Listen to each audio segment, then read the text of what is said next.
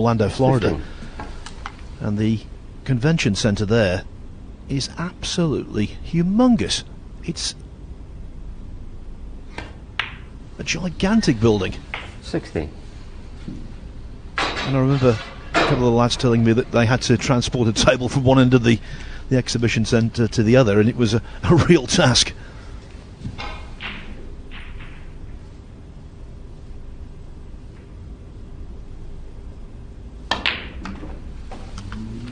There's the bed of a snooker table, or a billiard table as it should be called. We actually play snooker on an English billiards table, a bed of which consists of 23. 5 slates that weigh about 400 weight each. They're about 1 inch and 5/8, 1 inch and 3/4 thick. They're extremely heavy. It can take 2 or 3 men to lift one slate.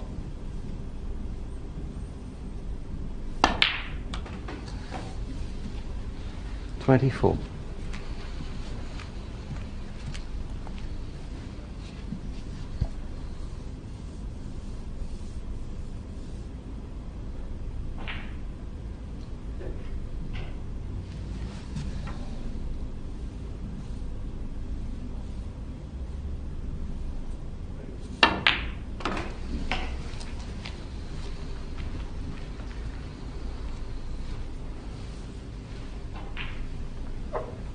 $29.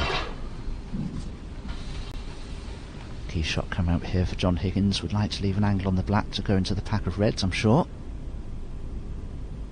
So just dropping this red in, and I don't think he's run through 30. quite far enough there, John.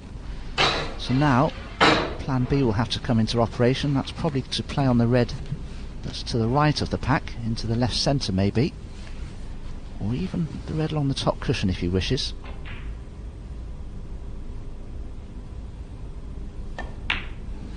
Wow, this red is really tricky.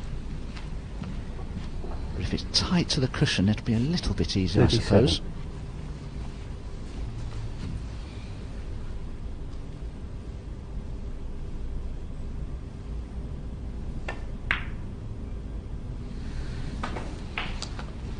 $38.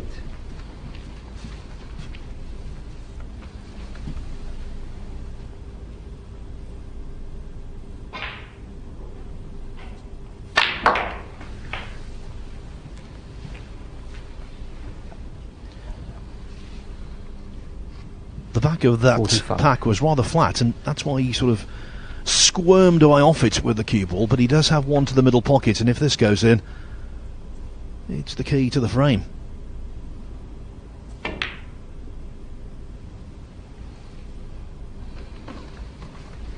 John Higgins, 45. John will know why he missed that. He just didn't get the bite on the cue ball there. Lost some of its backspin just before it struck the red, and that's why he missed it on the thin side, and that's why the cue ball's just gone a couple of inches lower on the black than intended. As a player, you always know why you miss a shot like that.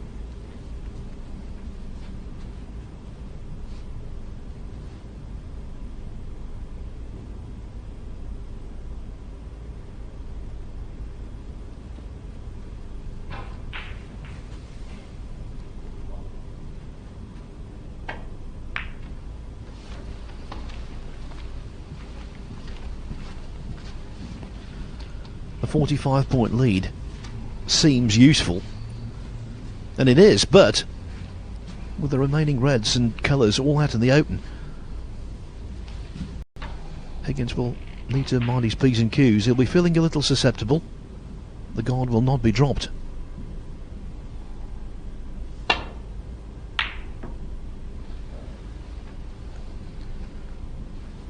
And that was light years away from his best. John will hate that, because when you try to pot a ball like that, you're normally very careful not to hit it too thinly, and John overcut that by a long way. And Gary potted a similar red to this in the previous frame to get in and make his frame winning break. Now can he just stun run through 6 or 8 inches for the black? Well, he's chosen a different red to one I thought he would play. But he still played for the black and knocked it in as sweetly as he liked. Great pot from Gary, and a real chance now to come back in this third frame. I wouldn't say his favourite to win it yet, but Every chance, and no reason why he can't win the frame from here, really.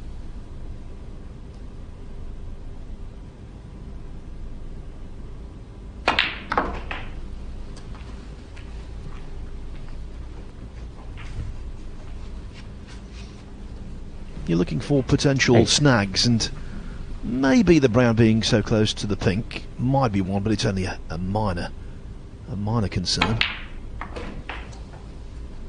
No. It's actually in quite a handy position, the brown, I suppose. If he pots a yellow and gets on the green and leaves himself straight on it, he can just literally play a stun shot. But Gary will be delighted if he gets that far, because then he really will be favourite to win the frame. 14.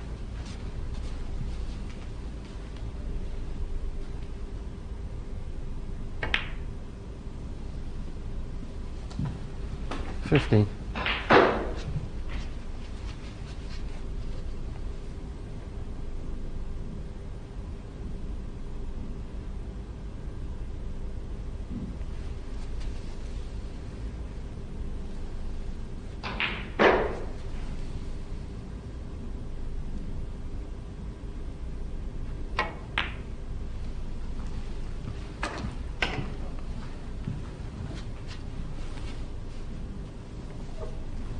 20. Controlled the pace of that shot perfectly. He'd love to get that red away from the black area. Oh, he's missed it. Oh dear, well, he'll be fine for this. He was 25 points behind, more than enough points on the table to still win the frame, and that concession will immediately result in a fine for Gary Wilson. You're not allowed to concede a frame when there are enough points on the table to win. Well, has he conceded? Well, for me, Phil, that constitutes a concession. Well, the referee said that was just a foul. It was clearly not just a foul, was it? That was a display, quite deliberately, of anger. Yeah, and John had a simple red to the centre pocket to play there, and now he's got, well, nothing. You could knock me over with a feather. I've never seen anything like that before. Well, what's to stop any player doing that? I mean, you miss a pot and leave an opponent a shot on, you can just slam the cue ball away then, can you, and just commit a foul? Well, I think Wilson, in a sense of decency, is just rolling a ball over a pocket here because he knows that basically he conceded there. This is just a means of avoiding a £250 fine. It's ludicrous, it's farcical. A fine that should still be issued, in my opinion.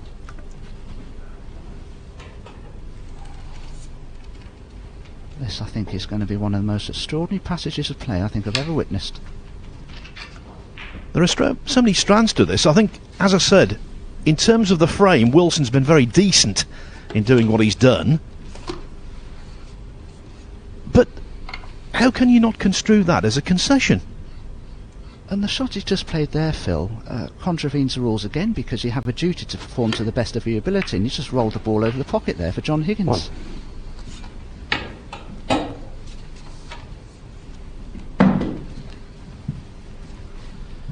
Well, our referee is extremely good at his job. He knows the rules inside out better than me. But I'm flabbergasted. As you say, what stops anyone knocking a ball on out of the way? 8.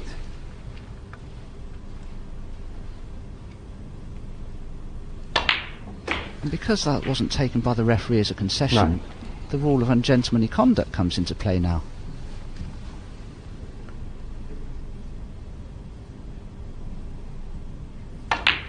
And again, because of that, the referee can award the frame to the opponent. 16. Well, the one positive here, at least the frame has gone the right way.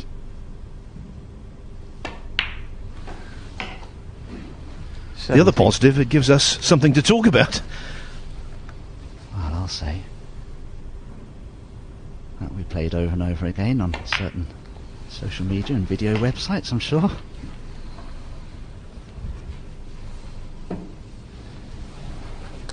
22.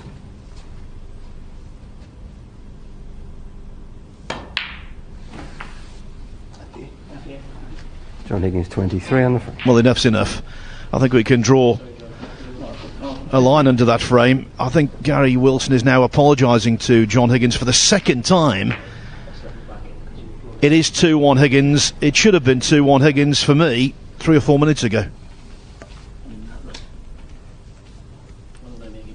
Yes. At least John Higgins will be able to read something into the mindset of Gary Wilson. Easily to deduce that he's slightly perturbed. We've all been overcome by fits of pique. It happens to everyone. I'm not having a go at Gary Wilson in the slightest there. He was just consumed by rage and did something basically because he just couldn't take it anymore for a split second and lost control of his emotions. Fine. But by doing that, to me, he conceded the frame. Yes, if a fine were not to be issued for an instance like that, Gary Wilson would have conceded. But you do get fined if there are enough points on the table for your opponent to win and you concede. You do get fined. Okay. Frame 4, John Higgins to Could break. face a stiffer fine for ungentlemanly conduct. He may wish he did concede. That will be looked at, I'm certain.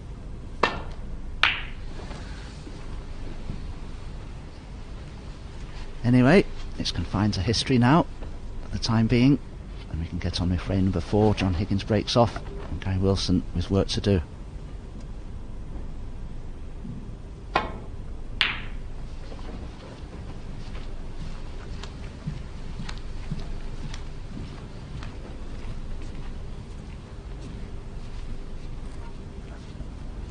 One final thing on that whole incident, I was surprised by how calmly Higgins took everything.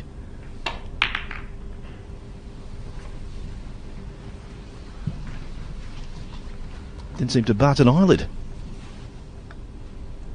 Just trying to cast my mind back and try to remember an instance of a match that I've played where somebody's done that against myself, and I can't think of anything. Quinton Han was known to be volatile. He used to smash the packet from behind, but I never played Quinton in a match. I never saw anything like that or witnessed it firsthand.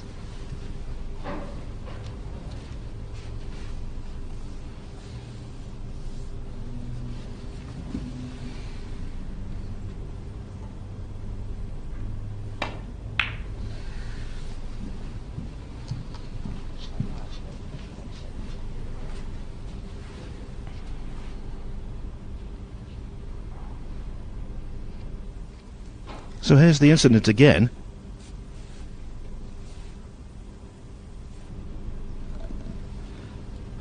Even worse, a red went in. So there could have been a stage later in the frame where the fact that that red went in could have made a real difference to the outcome of the frame, where one player would have needed a snooker and ordinarily wouldn't have needed one, had that violent outburst not have taken place.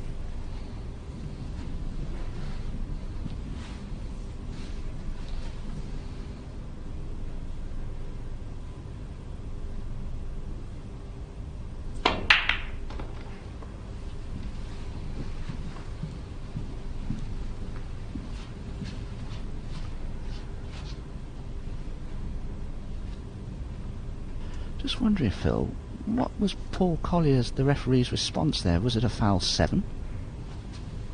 I mean, a red went in.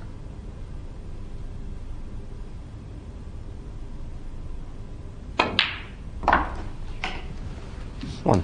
Well, the red's gone in there as well. Now he's got to pull himself together and forget about what just occurred.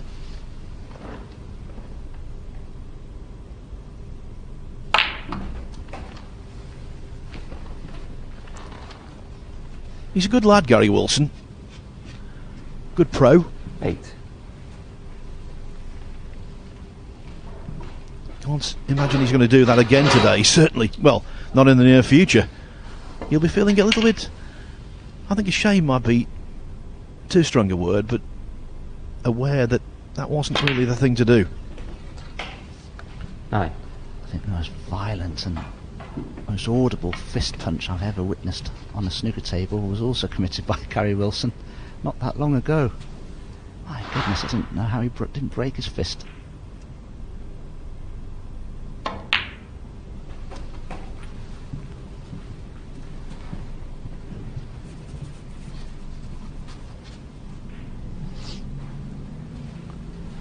16.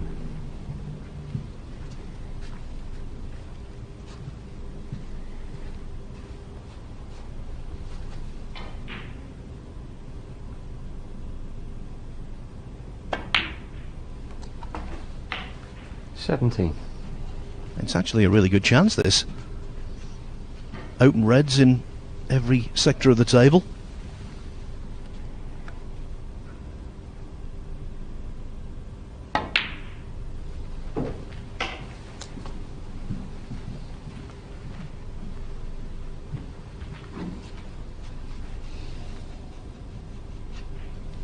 $21.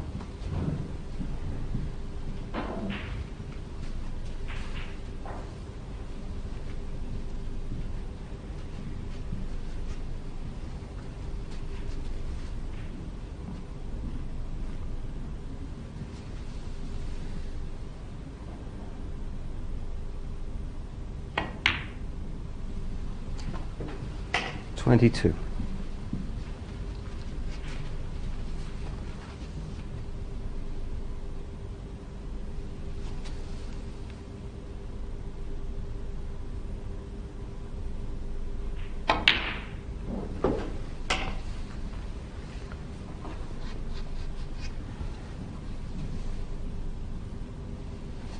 $26.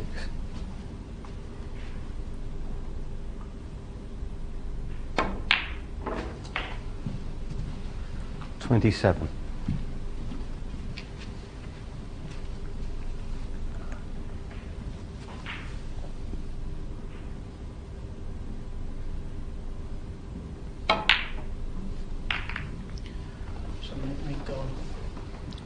Gary Wilson, 27. Well, Wilson provided his own commentary there. He said, "I'm absolutely gone."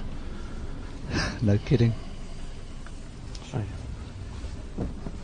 Yeah, well, it's tough out there, isn't it, when you're struggling? Sometimes you just would rather go home and have a few days off and work on your game, but you can't do that for the time being. He's got to understand that every frame he wins himself £100.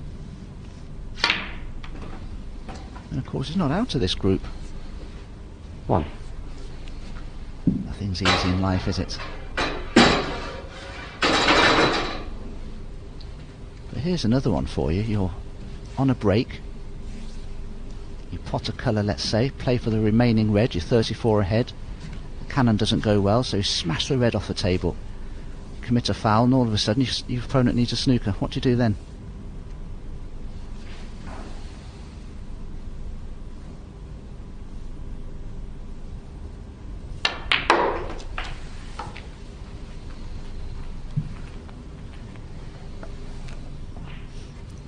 Less controversially, I can tell you Stuart Bingham has equalised against Scott Donaldson, 1 frame each. Bingham making a 56 break in the second frame.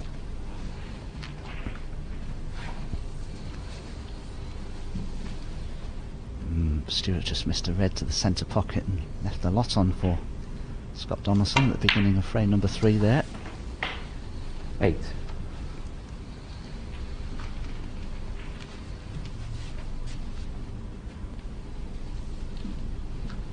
Stuart probably is mentally tired after his exploits in group number 1 a couple of days ago. So I think he will welcome the break ahead of the Masters next week. Should he not qualify, of course. He's certainly got a lot of work to do. Hasn't won a match yet in Group 2. Yeah, I think that's true, but also, what about John Higgins, who's more senior in years than... just keeps on winning?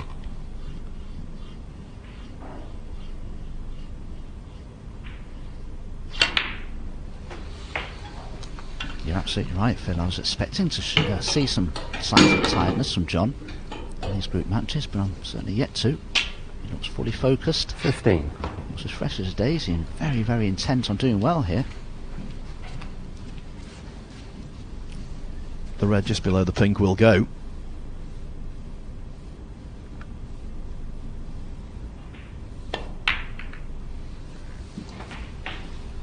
$60.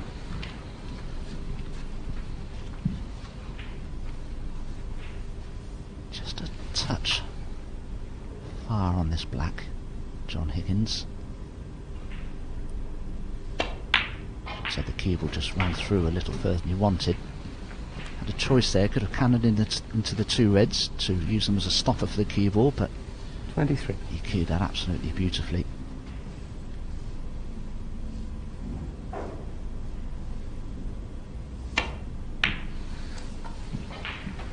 $24. Still a couple of points in arrears. So he will need at least one of the two tricky reds, the one up by the green and the one in that left-hand centre pocket there.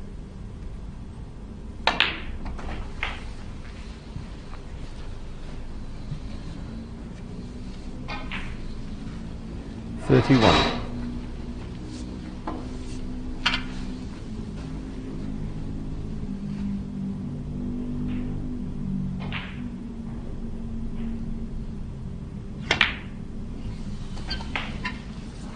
$32. Just caught that red slightly too thin, even though he potted it, and that's why the cue ball has drifted out of the ideal zone. Yes, and now I think he may play the cannon into the red by the pink spot to use it as a stopper. Why he didn't. He felt he could just drop the black in and leave himself close enough to his next red. He'd done as about as well as he could have done there. 39.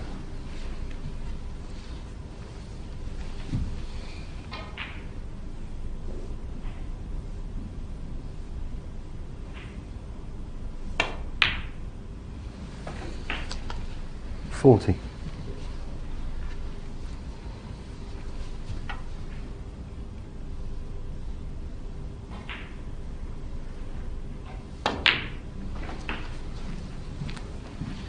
One of those scenarios, Dom, where the pressure is actually reduced on Higgins a little here because of that red on the 47. side cushion. If all the reds were open and you miss one, you could do the frame. Where that red is, it's an insurance policy. Yeah, absolutely. Although John will need one of the tricky reds, I think he'd like to 48. be on the one that's next to the green, because that is in open play. It's just a little trickier to get onto. So although John has a chance to play for this red next to the pink with an angle to bring the other one into play on the cushion, just wonder whether John will. 53. I wouldn't be surprised though if he does play the cannon on the red to the cushion. Oh, he's double kissed it, that's unfortunate. And the problem now is 54. the wrong side of the blue to play for the green, the red by the green. So he may just roll this blue in and leave a double on the red.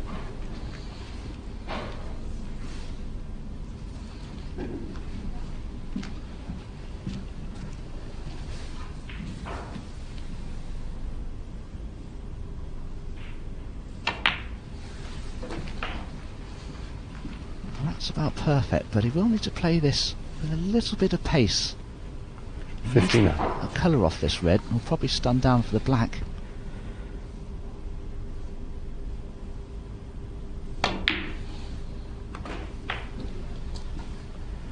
If you recall in the first frame, he missed a double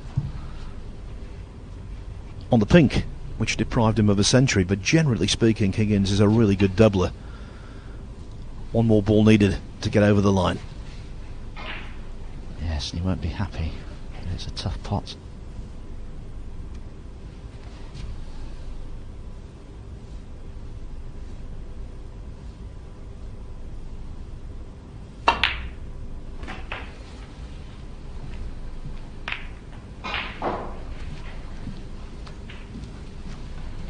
$67.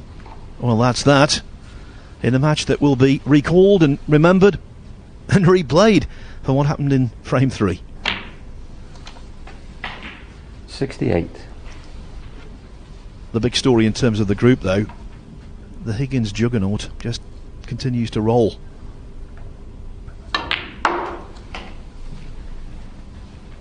Yeah, John is one of these players. He's just so talented, so gifted and so technically good with his own cue action and technique. 73. It hasn't really altered over the years much. He seems to be able to turn out decent performances. Almost an autopilot when he may be tired. 75.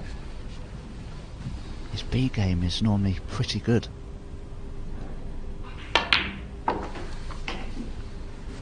$78.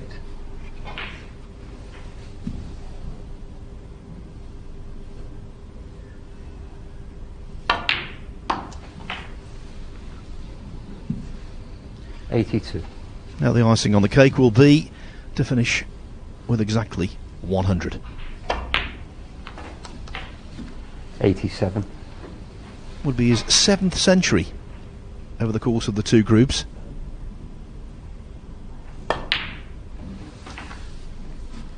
$93.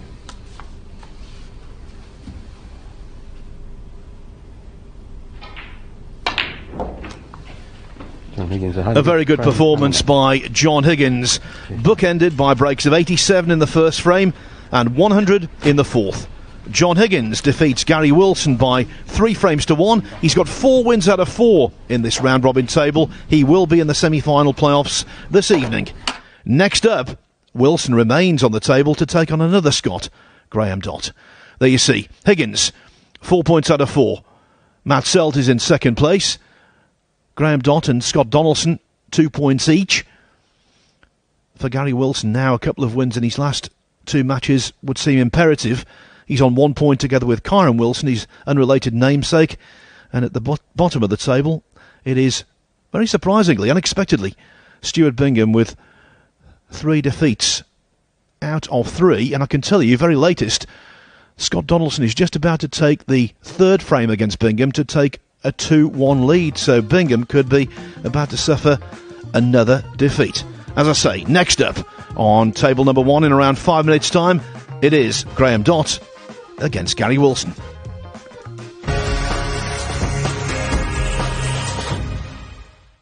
I was born for this, I was born